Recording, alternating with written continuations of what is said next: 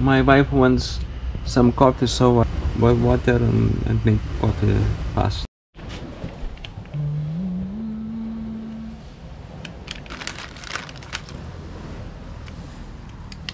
And this one, sugar free, is good taste, not too sweet.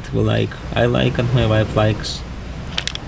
And here we are again sa aming favorite bakery shop. Actually, favorite ng asawa ko kasi dito siya laging bumibili. Kasi lagi siyang nahanap nga ng biko pero hindi available palagi. So, this time naman, may panibago siyang nakita. Which is itong Pichi Pichi na tig 7 pesos each. Kaya ito yung bibilhin niya. Made from cassava ata tong Pichi Pichi, no? Correct me if I'm wrong. Tapos, ako naman, hindi na ako pumili dyan kasi hindi ko bet kumain ng pastry product ngayong araw na to. Kaya, hindi na ako nagpabili sa kanya. Kasi lagi naman kaming kumakain ng pastry product and nakakasawa din, char. Di, totoo naman, diba? And after nga dyan is pumunta na agad kami sa food court and pumili na agad kami ng aming pagkain for dinner. And eto nga yung mga paninda nila dito. What is that?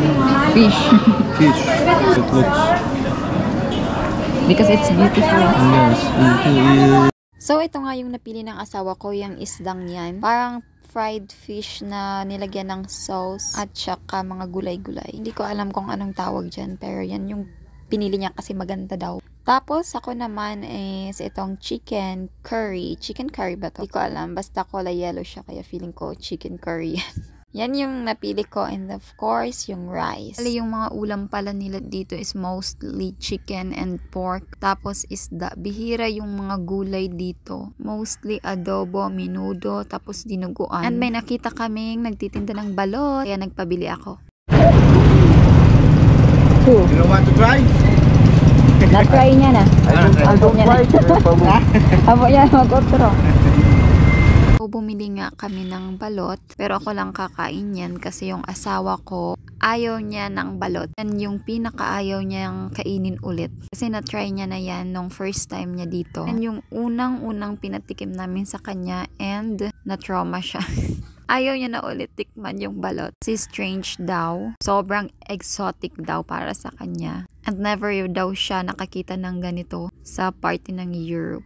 Dito lang naman to sa Asia, diba? And sabi niya nga, parang lahat na lang daw ng gumagalaw at insekto ay kakainin. Sabi naman, hindi naman lahat. So, yun lang. Thanks for watching.